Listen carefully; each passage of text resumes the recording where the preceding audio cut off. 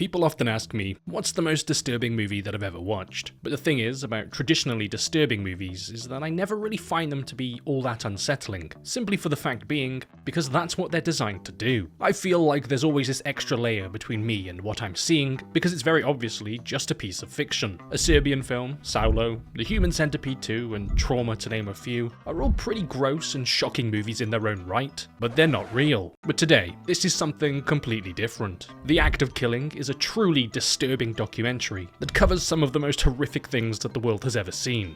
Indonesians. A little history is necessary before jumping into this one, as it sets up the reasons of how all of this horror managed to fall into place and how it managed to stay that way uncontested. As back in 1965, the Indonesian government was overthrown by its own military, and under this new militaristic dictatorship, anyone who dared speak out against it was branded as communists. With a different ideology threatening their own, it was deemed that the Communist Party of Indonesia, supposed sympathizers, and anyone else that they didn't really like for that matter, were all going to be purged.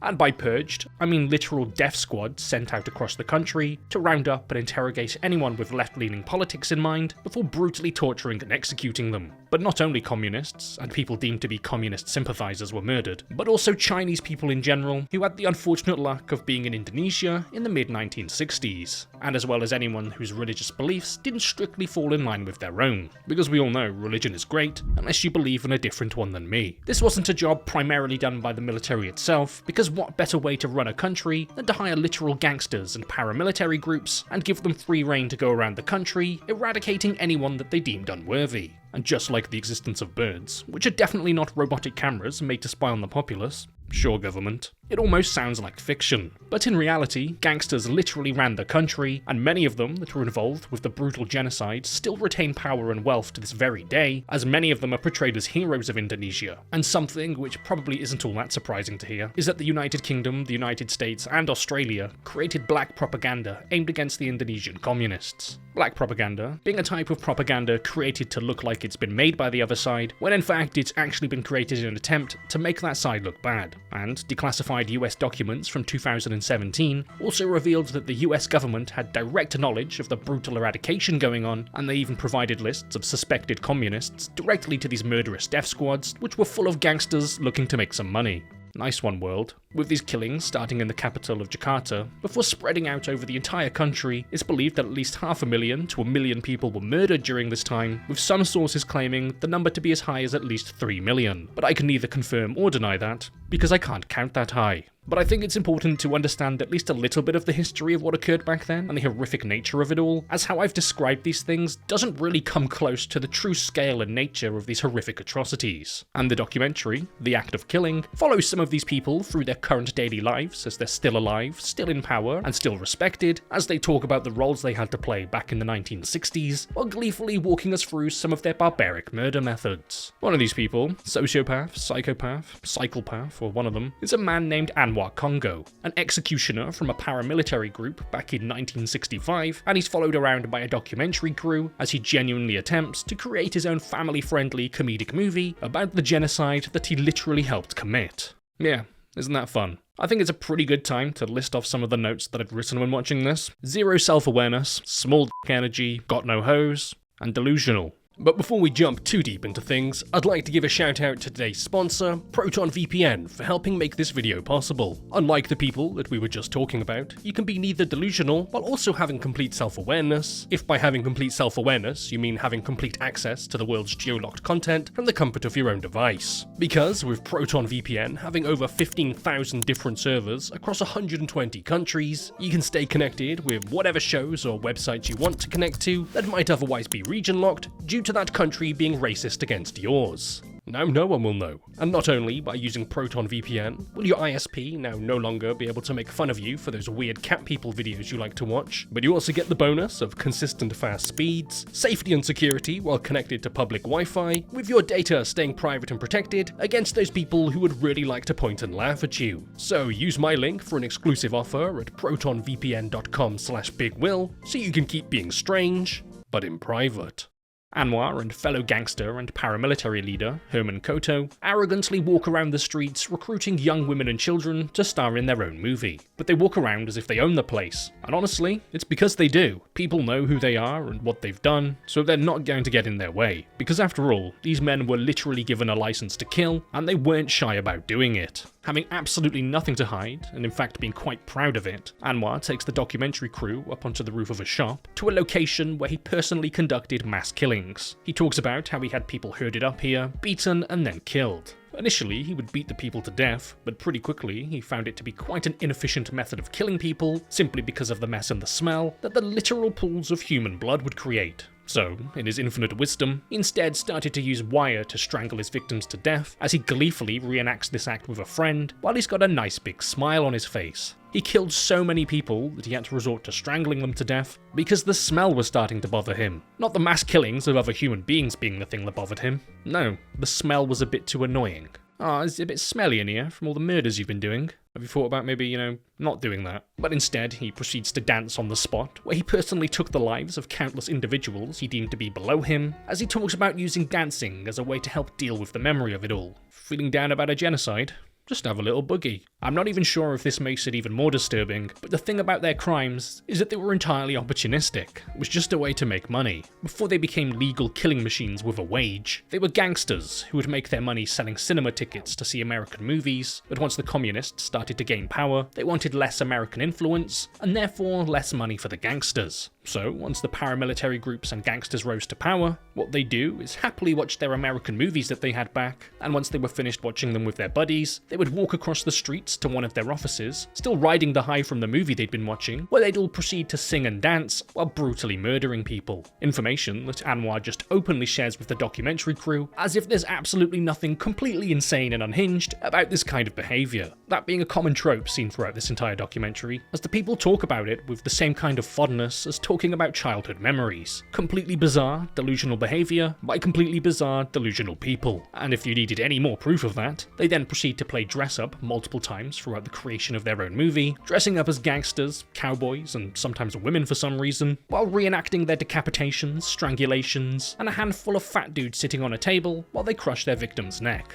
But not only was this just a way for these sick men to live out their sick fantasies, it was a money-making opportunity for the perpetrators. They were gangsters before the genocide, and they were gangsters while committing the genocide. Anwar said that he had a book containing the name of alleged Chinese communists, more than likely people who just happened to be Chinese, which unfortunately was enough of a reason for him, and he'd go around paying them all a visit, extorting them out of money, and if they didn't pay him, then he would just murder them on the spot. Like I said, entirely opportunistic, and just another money-making venture for them. While saying it was a money-making venture isn't exactly the truth. It is a money-making venture. As at the time of this being filmed, another paramilitary leader named Safit Padid nonchalantly walks around a market with his paramilitary buddies, taking money from the Chinese vendors as he's essentially robbing them in broad daylight without a single care in the world. And unfortunately, these men know the sad reality of what would likely happen to them if they don't pay up, so that's exactly what they do, while being laughed at and intimidated by a bunch of gangsters stealing the money that they've rightfully earned. For someone so against the concept of communism, they sure do like to share other people's money. Another executioner from 1965, named Adis al-Qadri, drives around the city with Anwar and Safit as they talk about the good old times that they shared together, as they throw bodies from the bridges into the rivers below, because nothing says I love my country and need to save it quite like poisoning its own water supply. Like most of the men, once a camera is in their face, Adi then goes on to casually talk about some of the horrific things that he did, as if it was just another day at the office for him. He mentions that he too was given a list of Chinese communists living in a certain area, and instead of doing what he was supposed to be doing and interrogating them to learn more about their organization, he decided to get right to the point and stab every single Chinese person he came across that day, with the numbers being up into the dozens. Something that he so rightfully believed in, to the point where he stabbed his at the time girlfriend's father to death, as he just so happened to be Chinese too. And if an indiscriminate murder spree wasn't enough, then he goes on to talk about various methods he used to murder people, including forcefully inserting wood into people's behinds until it tore their insides to shreds and they died.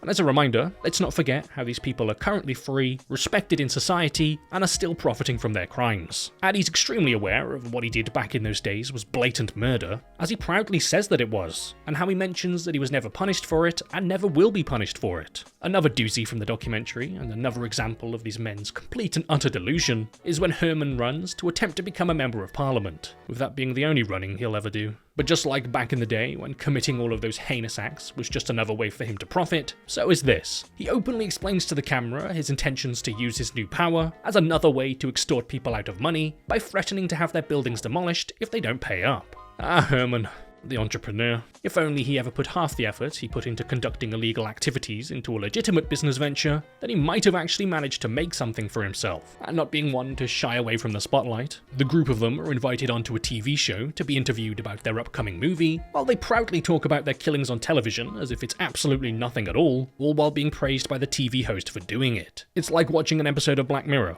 except this is reality and it doesn't end when I turn the TV off. Anwar is given a round of applause by the audience for talking about being inspired by gangster movies, which he used to murder his victims, before being praised by the host, forget this, creating a more humane and less sadistic method to kill people. Yeah, Anwar is somehow the good guy because he chose to strangle people to death instead of violently beat them. What a good lad.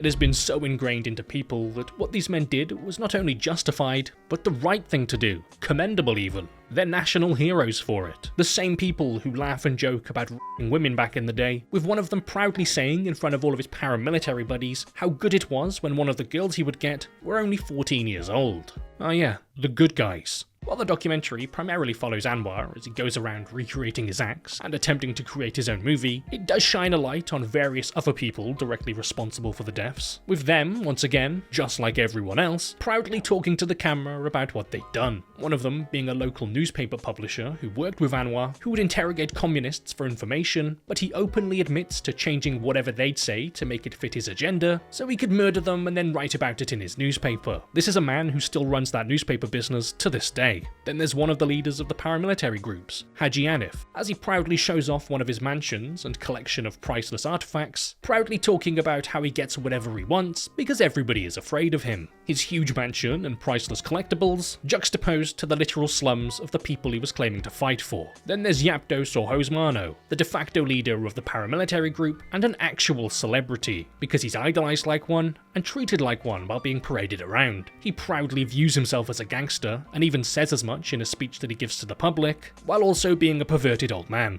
But that's the least of his crimes. The thing is that with most of these people is that they are so far beyond deluded at this point, they really don't see the negative in what they've done. In fact, for many of them, it's quite the opposite, because they've been commended for it instead. But the documentary does shed some light on brief yet real moments of something somewhat resembling human emotion as these men talk about their feelings, as apparently that's a thing Indonesian people have. But when I say talk about their feelings, I mean that in the loosest possible way, because I'm lying and they don't actually have any. As despite gleefully showing us the horrific things that he did with a nice little smile on his face, Anwar is plagued with nightmares at night about the things that he did, with one of the specific killings haunting him the most. He talks about decapitating a man in the woods once, and how the man's eyes were still looking around as his head was severed from his body. He states that he deeply regrets not covering the man's eyes before the ruthless killing of him, because when he closes his own eyes at night, he still sees that man's face. And there you have it, right here, a perfect little insight into the way that many of these people think. He regrets not covering the man's eyes to save himself the unpleasant feeling of seeing it. He doesn't regret the fact that he did it,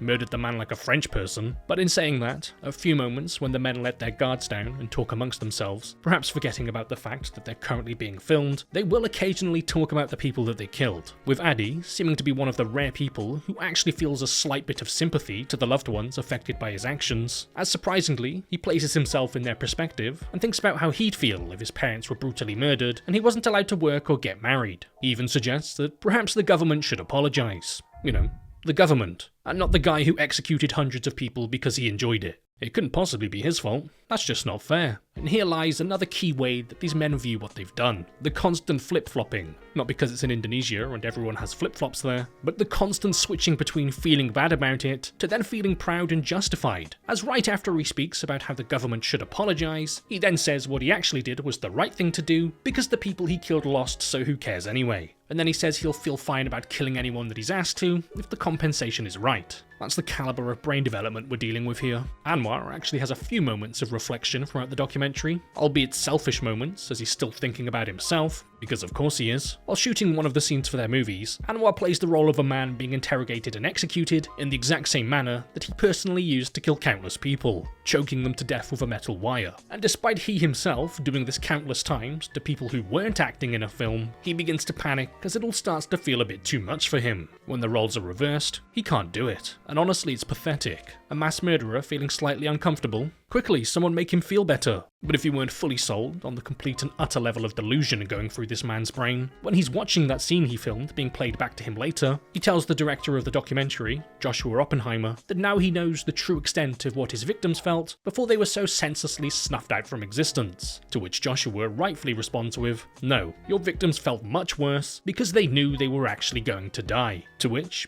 Big Strong Murder Man then breaks down and starts crying because his feelings are a little bit hurt. Maybe just don't do it again, yeah? After being faced with the reality for once, and it seeming to actually enter his brain, he once again returns to the rooftop from the beginning of the documentary, where he once gleefully reenacted his heinous crimes while doing a little bit of a dance. Except this time, he finally admits to knowing what he did was wrong, yet still tries to justify it by saying that he had to. This man's pride, or perhaps own twisted delusion of reality, will just not allow him to admit that he's the bad guy. But even his body knows it's bullshit, as he then starts to retch and throw up. Am I supposed to feel pity for this old man here? He got to live a long and prosperous life full of opportunity, while the lives of those people and countless others were brutally snuffed out on that rooftop, and many other rooftops like it. But it's okay, guys. He feels bad. I know I'm starting to feel like somewhat of a broken record with the incessant amount of times of saying the word delusional throughout this video, but honestly, there's simply no better word to describe these people, and the documentary isn't going to let you forget that either, as one of its final moments is a scene from the movie that Anwar helped create, which depicts one of his victims removing the wire from around his own neck before handing Anwar a gold medal and thanking him for sending him to heaven. Do I really need to say anything?